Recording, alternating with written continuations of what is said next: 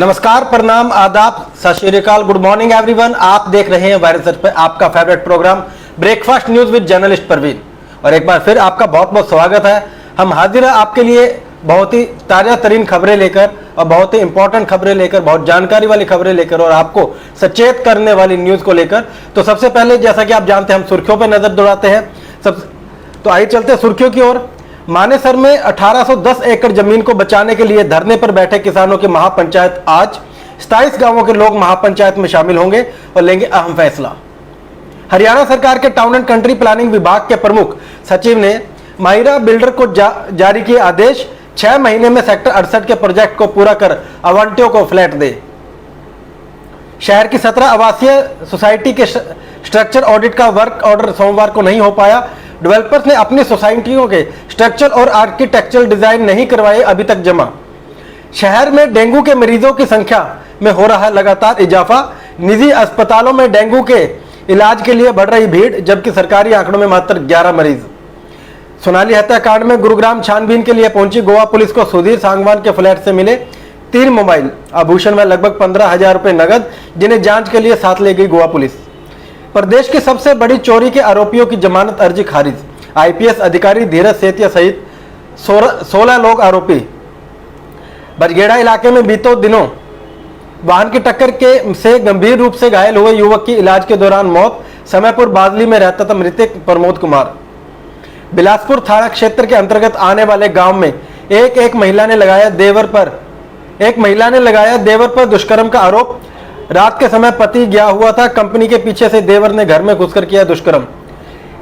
1 सितंबर को देर रात बोड़ा कला गांव में स्क्रैप व्यापारी की हत्या में 2 गिरफ्तार। कारोबारी रंजिश के चलते कर दी सुमित की हत्या। आपू घर घोटाला मामले में एसआईटी 20 वालों के घेरे में 1000 करोड़ रुपए इन्वेस्ट कर चुके इन्वेस्टर्स ने कंपनी को फायदा पहुंचाने का लगाया आरोप। गुरुग्राम वेस्ट के पुलिस उपायुक्त दीपक सहारन द्वारा खोए हुए 130 मोबाइल फोन मालिकों को सौंपे गए, जिनकी कीमत लगभग 26 लाख। तो ये थी गुरुग्राम की सुर्खियां। अब चलते हैं खबरें विस्तार से। नवभारत टाइम्स, गुड़गांव टाइम्स, सबसे पहले हम इसके ऊपर नजर दौड़ाएंगे। बहुत ही बड़ी खबर यहाँ पे फ्रंट पेज पे सबसे पहली खबर है कि फरीदाबाद में मिलावटी घी व नूडल्स मसाला की 2 फैक्ट्रियां पकड़ी गई। ब्रांडेड डिब्बों में डाल एनसीआर में सप्लाई करते थे। कहीं आप भी तो नहीं खा रहे नकली घी व रिफाइंड। फेस्टिव सीजन शुरू होने वाला है और बाजार में सामान की डिमांड बढ़ गई है। इस डिमांड में मिलावटी खाद्य पदार्थों की सप्लाई भी तेज हो गई है। ऐसे ही पल्ला क्षेत्र में मिलावटी घी, रिफाइंड और नूडल्स के मसाला पैकेट बनाने वाली 2 जगह चल रही फैक्ट्रियों का क्राइम ब्रांच बॉर्डर ने खुलासा किया है। ये लोग केमिकल और रिफाइंड से देसी घी बना रहे थे। इसके बाद इनके ऊपर किसी ब्रांड के लेबल या डिब्बे में डालकर आगे बेच देते थे। इनकी सप्लाई दिल्ली और एनसीआर में होती थी। सड़कों पर खड़े होने वाले रेडी फड़ी वाले और छोटे हलवाइयों को ये लोग कम रेट में मिलावटी घी, रिफाइंड और मसाला पैकेट बेचते थे। टीम ने दोनों फैक्ट्रियों से लगभग 3,500 लीटर मिलावटी घी व रिफाइंड और 19,000 से अधिक नकली नूडल्स के पैकेट बरामद किए हैं। 2 लोगों को पुलिस ने 2 दिन के लिए रिमांड लिया है। एक आरोपी दूसरी बार नकली फैक्ट्री के साथ पकड़ा गया है। Badarpur border incharge inspector Sandeep ने बताया कि उनकी टीम को सूचना मिली कि पल्ला क्षेत्र में नकली घी बनाने की फैक्ट्री चल रही है।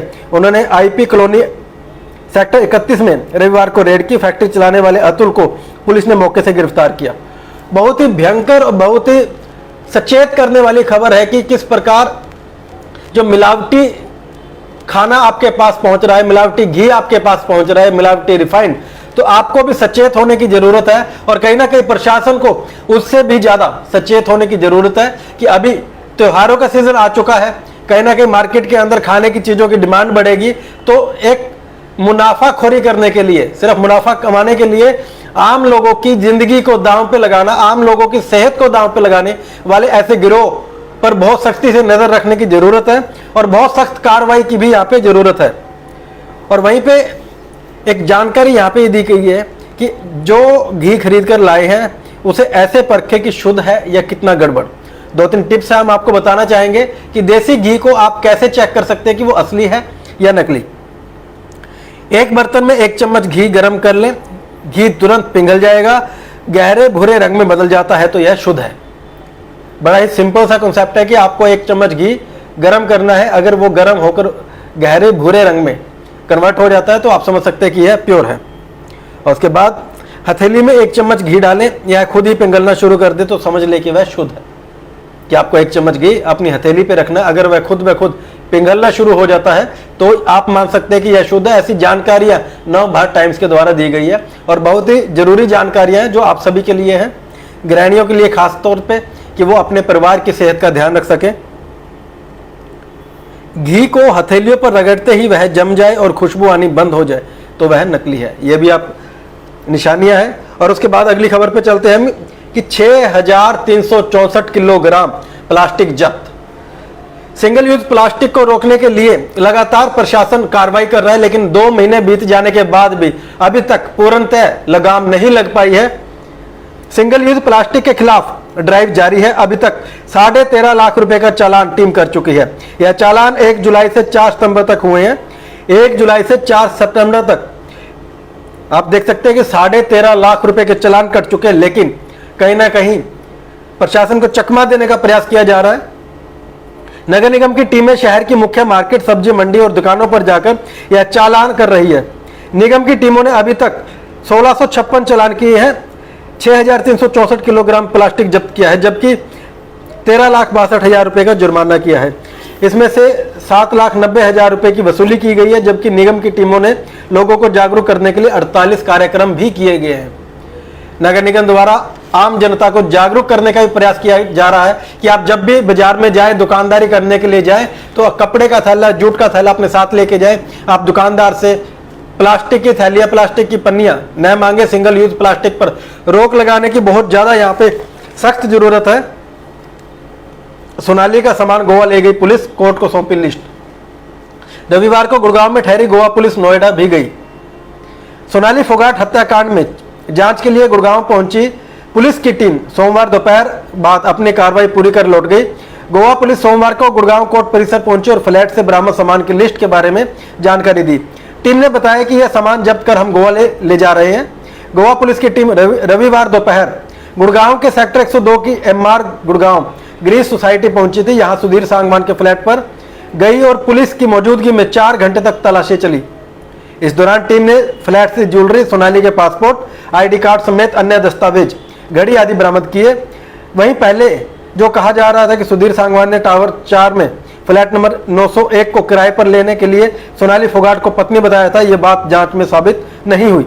रेंट एग्रीमेंट गोवा पुलिस की टीम ने चेक किया, जिसमें सुधीर का पूरा नाम सुधीर पाल लिखा गया है। साथ ही उसने अपना पता हिसार के कृष्णानगर का लिखवाया है। 3 पेज के इस एग्रीमेंट में कहीं भी सोनाली के नाम का जिक्र नहीं है।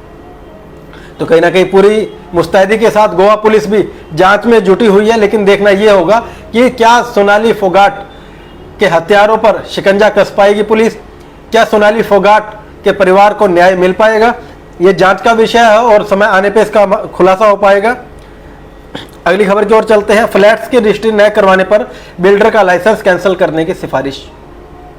Town and country planning department के DTP संजय कुमार ने परफेक्ट बिल्डवेल प्राइवेट लिमिटेड का लाइसेंस कैंसिल करने की सिफारिश मुख्यालय भेजी है। DTP ने सोशल मीडिया से पहुंची शिकायतों को लेकर रियल एस्टेट कंपनी की तरफ से कोई जवाब नहीं देने पर यह कार्रवाई की। इस रियल एस्टेट कंपनी ने अफोर्डेबल हाउसिंग पॉलिसी के तहत सेक्टर 104 में जारा आवास रिहायशी सोसाइटी विकसित करने को लेकर साल 2014 में लाइसेंस लिया था। करीब 850 फ्लैट्स इस सोसाइटी में तैयार हुए। अभी करीब 300 फ्लैट्स की रजिस्ट्री नहीं हुई है। RWA के मुताबिक रियल एस्टेट कंपनी की तरफ से प्रशासनिक शुल्क के नाम पर 17,700 रुपए की मांग की जा रही है, जो अवैध है। इस सिलसिले में रेजिडेंट्स के CM विंडो पर शिकायत पेंडिंग है। जारा आवास RWA के प्रेसिडेंट हेमंत कुमार का कहना है कि इस कंपनी की तरफ से रजिस्ट्री करवाने के लिए अवैध रूप से प्रशासनिक शुल्क के नाम पर राशि मांगी जा रही है, जो CM विंडो पर शिकायत दी गई है। तो कहीं ना कहीं बिल्डर के ऊपर एक कार्रवाई करने का जो आगे प्रयास प्रशासन द्वारा किया गया है, तो और एक नामी ग्रामी बिल्डर है जिसका लाइसेंस कैंसिल करने की सिफारिश की गई है। और एक बड़ी राहत की खबर गुरुग्राम वासियों के लिए कि गुरुग्राम के अंदर जब भी व्यक्ति सुबह निकलता है तो उसे एक अग्नि परीक्षा से गुजरना होता है, और वो होती है ट्रैफिक जाम। और ट्रैफिक जाम का कहीं ना कहीं मुख्य कारण पार्किंग का न होना है। कहीं ना कहीं सड़कों के किनारे गाड़ियां खड़ी हैं और कहीं ना कहीं बिना प्लानिंग के गाड़ियां कहीं पे खड़ी हो जाती है, और उनकी मजबूरी है क्योंकि पार्किंग गुरुग्राम में है ही नहीं। तो इसका हल निकालने के लिए गुरुग्राम प्रशासन ने पहल की है, जो साधुवाद के पात्र है। पार्किंग की टेंशन खत्म। 49 जगह फ्री में खड़े कर सकेंगे वाहन। अक्सर ऐसा होता था कि कहीं पे अगर प्रशासन द्वारा पार्किंग बना भी दी जाती है तो उसका पहले टेंडर दिया जाता है और उसके बाद वो पेड पार्किंग होती है, जैसा कि कोर्ट के पास है। और पेड पार्किंग में कहीं ना कहीं लोग कतराते हैं, क्योंकि उन्हें ऐसा होता है कि अभी हम 5 मिनट में गए और आए, अपना शॉपिंग करने के लिए आए हैं, एक्स्ट्रा शुल्क हम क्यों दें, और फ्री की पार्किंग उनके पास नहीं है। हालांकि गुरुग्राम के सभी लोग टैक्स दे रहे हैं, उसके बावजूद उन्हें सुविधाएं मुहैया नहीं हो पा रही थी। लेकिन एक बड़ी राहत वाली खबर है, लंबे समय से वाहन खड़ा करने की समस्या से परेशान शहरवासियों की टेंशन दूर करने के लिए नगर निगम ने खाली पड़ी जगहों पे पार्किंग में बदलने की प्लानिंग का काम शुरू कर दिया गया है। और यही बात वायरस सच के द्वारा भी समय समय पे की जा रही थी कि अगर प्रशासन चाहे तो क्या नहीं हो सकता। बहुत सी सरकारी जमीन ऐसी खाली पड़ी है जिसे पार्किंग में तब्दील किया जा सकता है, और वो काम अब प्रशासन ने शुरू किया है, साधुवाद के पात्र है। इसके लिए नगर निगम अधिकारियों ने सेक्टर 29 की तरह 49 जगह को चिन्हित भी कर लिया है। इनमें प्रमुख बाजारों, सरकारी भवनों, सामुदायिक केंद्रों, पार्कों, शमशान घाटों और सरकारी गेस्ट हाउस और सेक्टर की खाली पड़ी सरकारी जगह को सिलेक्ट किया गया है, जहां पर मार्किंग और तारबंदी करके इसे पार्किंग में बदला जाएगा। इन जगहों पर गाड़ी खड़ी करने का कोई ना कोई शुल्क नहीं भी देना होगा। सब कुछ ठीक रहा तो अक्टूबर के पहले सप्ताह से पार्किंग स्पेस लोगों को उपलब्ध करवाया जा सकता है। इसके अलावा जिन सड़कों पर अतिरिक्त जगह है वहां पर थर्मोप्लास्टिक पेंट से लाइन लगाकर कार और बाइक के लिए जगह बनाई जाएगी, ताकि वे आड़ी तिरछी तरीके से खड़ी ना हो सके। नगर निगम अधिकारियों के मुताबिक सेक्टर 29 के बाद यह फ्री पार्किंग का दूसरा चरण होगा, जिसके तहत 3000 से ज्यादा वाहनों की पार्किंग क्षमता बनाई जाएगी। इसके अगले यानी तीसरे चरण में 50 अन्य जगहों पर पार्किंग स्पेस उपलब्ध करवाने की कवायद शुरू होगी। फिलहाल शहर में करीब 10,000 से ज्यादा गाड़ियों की पार्किंग स्लॉट उपलब्ध है, जो न केवल नाकाफी है बल्कि सड़क किनारे पार्किंग होने से जाम की स्थिति भी बन जाती है। देर आए दुरुस्त आए, लेकिन प्रशासन ने जहां पे ये पहल की है और आगे फेस्टिव सीजन आ रहा है, कहीं ना कहीं बाजारों में भीड़ बनी रहेगी, चहलकदमी बनी रहेगी और वहीं जाम की स्थिति भी बनी रहने के प्रयास है। वहां पे कहीं ना कहीं उम्मीद रहेगी कि जाम भी वहां पे लगा रहेगा, क्योंकि बिना फेस्टिवल सीजन के जब यहाँ पे जाम रहता है तो फेस्टिवल सीजन में लगना लाजमी है। लेकिन प्रशासन द्वारा एक अच्छा प्रयास किया गया है। आगे खबरों की ओर चलते हैं। पोजेशन नहीं मिला, घर हो गए खंडर, बिजली पानी का कनेक्शन भी नहीं। बिल्डर्स की नाकामियां लगातार आप लोगों के सामने आती रहती हैं। ईडब्ल्यूएस फ्लैट्स के लिए 9 साल से भटक रहे लोग, सीएम विंडो पर याचिका देने के बाद भी नहीं निकला समस्या का समाधान। फ्लैट्स के पोजीशन के लिए 9 साल से ईडब्ल्यूएस परिवार भटक रहे हैं। अब फ्लैट्स खंडर में तब्दील हो चुके हैं, बिजली पानी और सीवर का कनेक्शन नहीं मिला। आरोप है कि सीएम विंडो पर शिकायत के बावजूद समस्या का समाधान नहीं हुआ। Town and country planning department की तरफ से रियल एस्टेट कंपनी को नोटिस दिया जाता है, लेकिन उसकी तरफ से कोई जवाब नहीं दिया जाता। बैठक में शामिल होने भी नहीं पहुंचते। कहीं ना कहीं देखिए आप बिल्डर की तानाशाही की, अगर प्रशासन द्वारा नोटिस दिया गया तो नोटिस का जवाब देना तो दूर, वो बैठक में शामिल होना भी मुनासिब नहीं समझते हैं। और सीएम विंडो पे जो शिकायत है उस पर उसका कोई असर उनके ऊपर नहीं है। ईडब्ल्यूएस परिवारों ने कंपनी के खिलाफ सख्त कार्रवाई करने का आग्रह किया है। Real estate company Parshvanath developer limited ने सेक्टर 48 में रिहायशी सोसाइटी विकसित करने के लिए town and country planning department से लाइसेंस लिया था। लाइसेंस नियमानुसार इस डेवलपर ने ईडब्ल्यूएस वर्क के लिए 10% फ्लैट्स तैयार करने थे। साल 2013 में इस कंपनी ने ईडब्ल्यूएस फ्लैट्स बना दिए, लेकिन पोजीशन ईडब्ल्यूएस परिवारों को नहीं दिया। कहीं ना कहीं प्रधानमंत्री के सपने को भी यहाँ पे झटका दिया गया है बिल्डर के द्वारा। और देखना यह होगा कि क्या प्रशासन सख्त कार्रवाई कर पाएगा या फिर गरीब लोगों की गुहार है, शायद इस वजह से अनदेखी भी की जा सकती है। लेकिन उम्मीद है कि भविष्य में ईडब्ल्यूएस फ्लैट्स जरूरतमंद लोगों को मिले, इसके द्वारा प्रशासन द्वारा जरूरी कदम उठाए जाएंगे। और कुछ दिनों पहले सुखबीर हत्याकांड, जो शहर में कहीं ना कहीं एक खौफ पैदा हुआ, भय का माहौल पैदा हुआ, दिन दिहाड़े गोलियां चली, तो खबर आगे है कि सुखबीर हत्याकांड का शूटर अरेस्ट। रविवार रात पकड़ा गया आरोपी, अन्य की तलाश जारी। सोना मार्केट कमेटी के पूर्व उपाध्यक्ष सुखबीर खटाना की हत्या मामले में एक शूटर को अरेस्ट कर लिया गया है। सेक्टर 31 क्राइम ब्रांच की टीम ने डीएलएफ फेज 1 एरिया से आरोपी को रविवार को रात अरेस्ट किया। आरोपी 22 साल का योगेश उर्फ सिल्लू राजस्थान का मूल निवासी है। पुलिस अब उससे पूछताछ कर रही है। पुलिस का कहना है कि इसे हत्या के कारण के बारे में नहीं पता। चमन के कहने पर यह वारदात में शामिल हुआ। चमन के अरेस्ट होने पर ही हत्या के कारण का पता चल सकेगा। शुरुआती पूछताछ में योगेश उर्फ सिल्लू ने हत्याकांड को अंजाम देना कबूल किया है। उसने बताया कि राजस्थान में उसके गांव में एक युवक ने बहन के साथ छेड़छाड़ की थी, जिसके चलते अपने गांव के युवक की हत्या करने का इसने प्लान बनाया।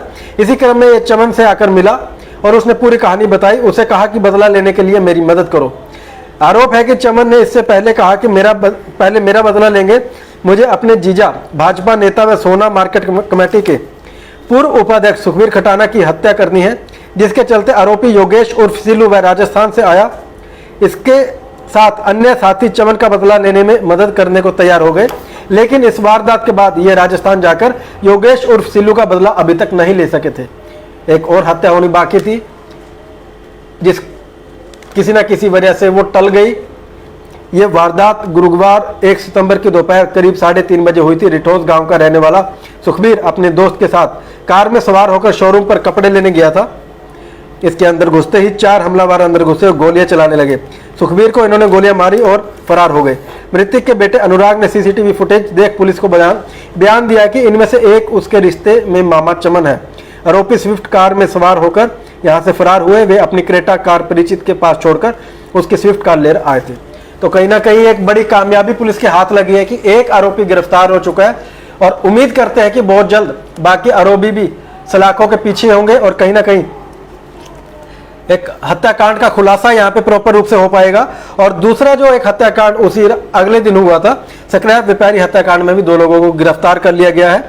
बिलासपुर एरिया के भोड़ाकला गांव में स्क्रैप व्यापारी सुमित चौहान की हत्या के मामले में 2 आरोपियों को गिरफ्तार किया गया है। आरोपियों की पहचान भोड़ाकला के ही अमित चौहान व भूपेंद्र के तौर पर हुई है। दोनों के नाम एफआईआर में शामिल भी है। सोमवार शाम इन आरोपियों को पकड़ा गया।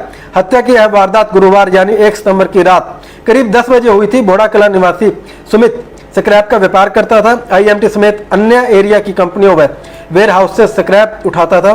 कुछ ही समय में उसने व्यापार को तेजी से बढ़ाया। अपने साथी महेश की बाइक पर बैठकर वो कर्मचारियों को खाना देकर लौट रहा था। पीछे से एक अन्य बाइक पर उसके पिता दिनेश भी आ रहे थे। बिलासपुर पटौदी रोड पर अपने गांव के ही पास सुमित पहुंचा तो 3 लोग बदमाश बाइक पर आए। गोली लगने से नीचे गिरा तो आरोपी वहां रुके और ताबड़तोड़ गोलियां चलानी शुरू कर दी, जिससे कि उसकी हत्या हो गई। तो एक 2 हत्याकांड को कहीं ना कहीं पुलिस ने सुलझाने का प्रयास किया है। एक केस में 2 गिरफ्तार हुए और एक जो सुखबीर हत्याकांड था का शूटर था वो गिरफ्तार हो चुका है। आगे पंजाब केसरी की अगर हम खबरों पर चर्चा करें तो अवैध निर्माण को लेकर वायरल सच द्वारा भी कल एक खबर दिखाई गई थी कि न्यू कॉलोनी में किस प्रकार धड़ल्ले से अवैध निर्माण चल रहा है और शायद चुनावी सरगर्मियों की भेंट नगर निगम का अवैध निर्माण को तोड़ने का जो अभियान था वो भेंट चढ़ गया है। लेकिन दूसरी तरफ खबर है कि निहाल कॉलोनी में अनाधिकृत निर्माणों पर चला पीला पंजा। एक तरफ अवैध निर्माणों को तोड़ने का नगर निगम जो अभियान चला रहा है, दूसरी तरफ अनदेखा किया जाता है। तो साफ जाहिर होता है कि पिक एंड चूज की पॉलिसी यहाँ पे की जाती है। प्रशासन से अपील है, आला अधिकारियों से अपील है कि वो इस ओर ध्यान दें। नगर निगम गुरुग्राम की इन्फोर्समेंट टीम ने निहाल कॉलोनी में अवैध निर्माणों पर पीला पंजा चलाया। टीम ने यहां पर जेसीबी की मदद से 8 अवैध निर्माणों पर कार्रवाई की। सोमवार को सहायक अभियंता प्रेम सिंह सैनी के नेतृत्व में नगर निगम गुरुग्राम की इन्फोर्समेंट टीम जेसीबी तथा पुलिस बल के साथ न्यू पालम विहार के पास स्थित निहाल कॉलोनी में पहुंची। यहां पर कुछ व्यक्तियों द्वारा नगर निगम गुरुग्राम के बिल्डिंग प्लान स्वीकृत करवाए बिना भवनों का निर्माण किया जा रहा था। इन्फोर्समेंट टीम द्वारा पूर्व में निर्माणकर्ता को नोटिस देकर अपना पक्ष रखने का मौका दिया गया। नोटिस का संतुष्टिपूर्ण जवाब नहीं मिलने की सूरत में सोमवार को अवैध निर्माणों के खिलाफ कार्रवाई की गई। तो यहाँ पे 8 अवैध निर्माण निहाल कॉलोनी में नगर निगम द्वारा तोड़े गए हैं। दूसरी खबर है कि मार्केट कमेटी के पूर्व उपाध्यक्ष सुखबीर खटाना का एक हत्यारा गिरफ्तार, जिस पे हम पहले भी चर्चा कर चुके हैं। गुरुग्राम में तेजी से फैल रहा है लंपी वायरस। बहुत ही चिंताजनक विषय है कि एक बीमारी गोवंश के अंदर जो फैली है और गुरुग्राम में इसका प्रकोप लगातार बढ़ता जा रहा है। गुड़गांव में लंपी वायरस तेजी से फैलने लगा है। सोमवार तक गुड़गांव में 200 से अधिक गाय संक्रमित हो चुकी है। यही नहीं, कई गांवों में गाय लगातार दम तोड़ रही है। जिला में अब तक 10 गाय दम तोड़ चुकी है। वहीं गौशालाओं में बचाव के लिए विशेष रूप से वैक्सीन लगाई गई है, लेकिन इसके बावजूद भी प्रकोप नहीं थम रहा। अब तक गुड़गांव में 92% गांवों को बचाव के लिए वैक्सीन लगाई जा चुकी है, लेकिन गांव में लंपी तेज से फैल रहा है। हालांकि राहत की बात यह है कि अभी तक कोई भैंस संक्रमित नहीं हुई है। ये सिर्फ गोवंश के अंदर एक बीमारी लंपी वायरस फैला है और भैंसें इससे अभी तक संक्रमित नहीं हुई है। प्रदेश के अन्य जिलों में अगस्त महीने की शुरुआत के साथ ही लंपी वायरस से संक्रमित पशु मिल रहे थे, लेकिन गुड़गांव में 25 अगस्त के बाद संक्रमित गाय मिली थी। लेकिन अब तक गुड़गांव में 215 गायों में संक्रमण के लक्षण दिखाई दे चुके हैं, जबकि 10 गायों में की मौत भी हो चुकी है, जिनमें 4 पशु पटौदी मानेसर क्षेत्र में लंपी के शिकार हुए। वहीं जिला के सहजावास, सिरसका, बैलपा, खेड़का, बेरका, नूरगढ़, नरहेड़ा, खेड़कीदोला आदि गांवों में 20 से अधिक पशु लंपी से संक्रमित हो चुके हैं। प्रशासन इसके ऊपर लगातार इंतजाम करने में लगा हुआ है कि किसी भी तरह से एक प्रयास किया जाए, लंपी वायरस पे लगाम लगाई जाए, उसे रोका जा सके, हमारे गोवंश को बचाया जा सके। लेकिन एक बहुत ही चिंताजनक यहाँ पे स्थिति बनी हुई है और जो पशुपालक है उनके अंदर भी एक भय का माहौल बना हुआ है।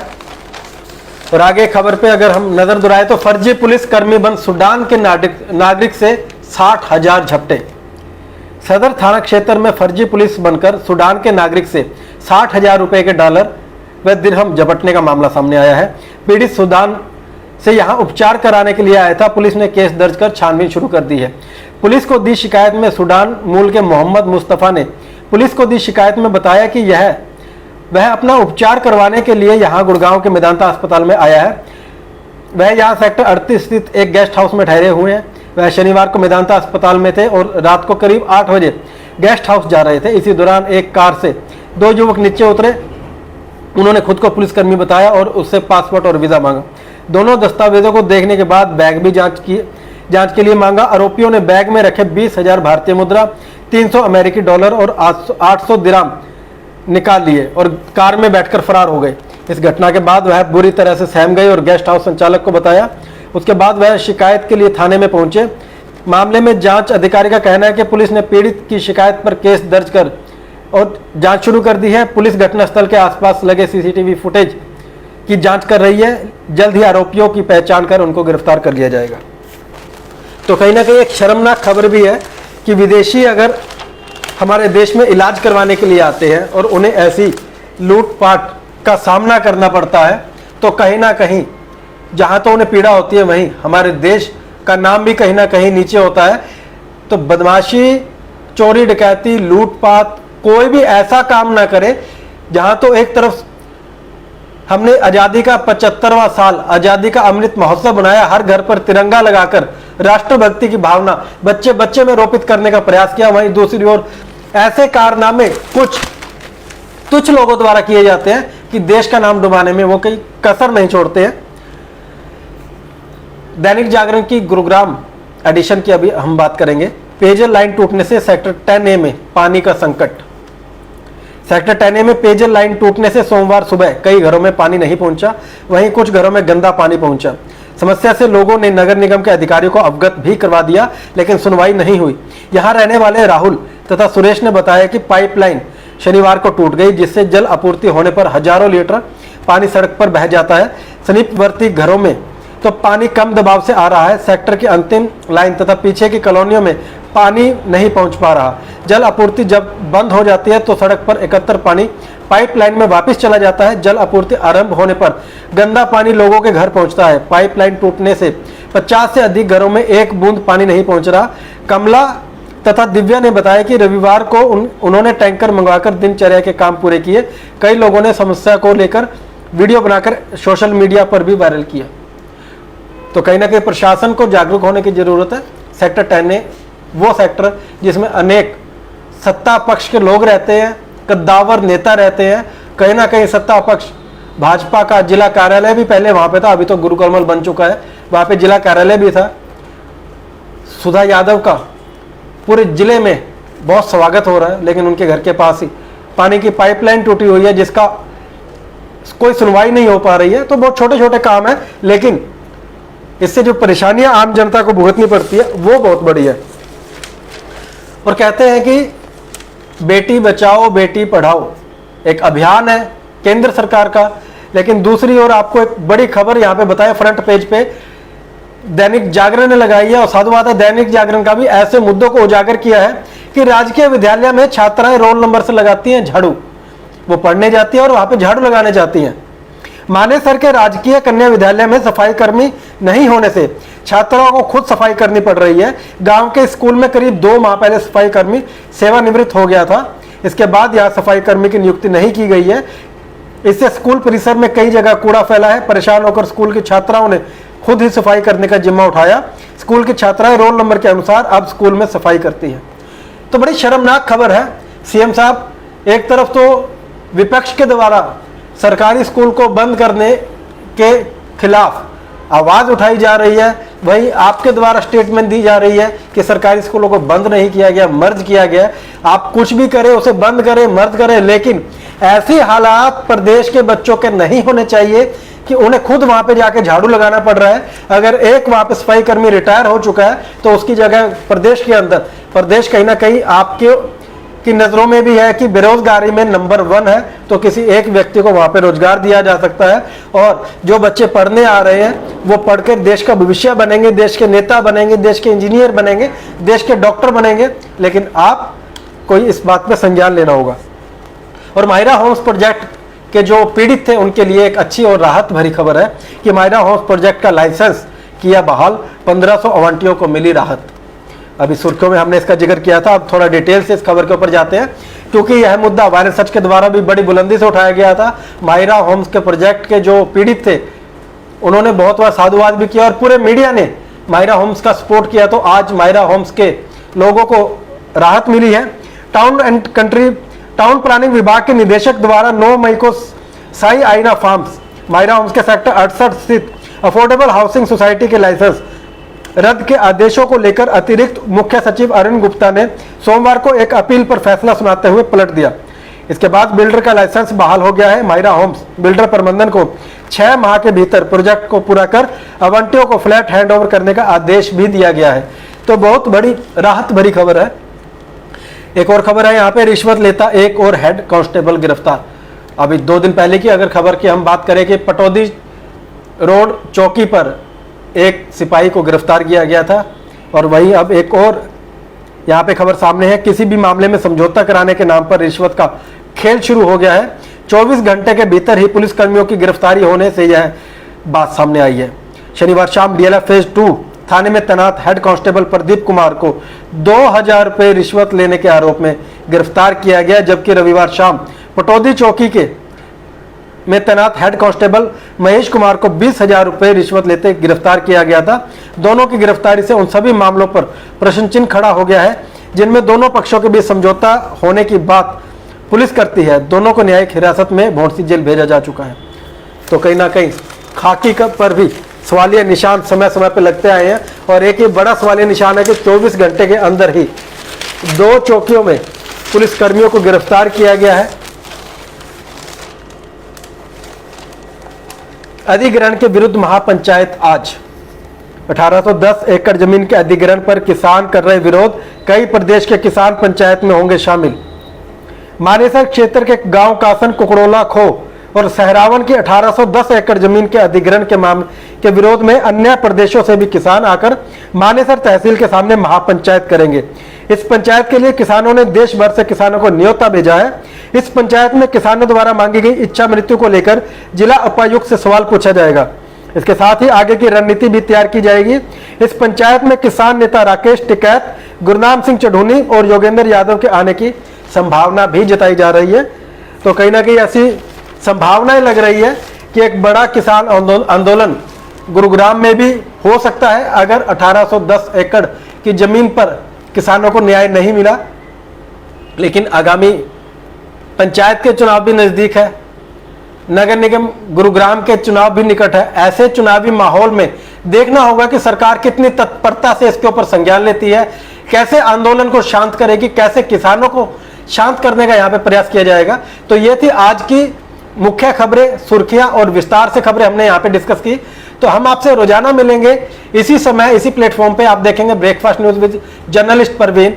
लेकिन शाम का जो हमारा कार्यक्रम होता है correcting Gurugram with anchor Manpreet, उसे देखना ना भूलिएगा। आज हम उसमें बात करेंगे कि गुरुग्राम के वार्ड नंबर 2 में विकास हुआ या विनाश। आप सभी की राय उसके अंदर बहुत महत्वपूर्ण है, क्योंकि वो सिर्फ जनता की आवाज सुनने के लिए एक कार्यक्रम जो हमने शुरू किया है, उसका आप सभी को बहुत सपोर्ट मिल रहा है। आप वायरल सच के पेज को लाइक करें, सब्सक्राइब करें और इसी तरह रोजाना देखें breakfast news with journalist Parveen.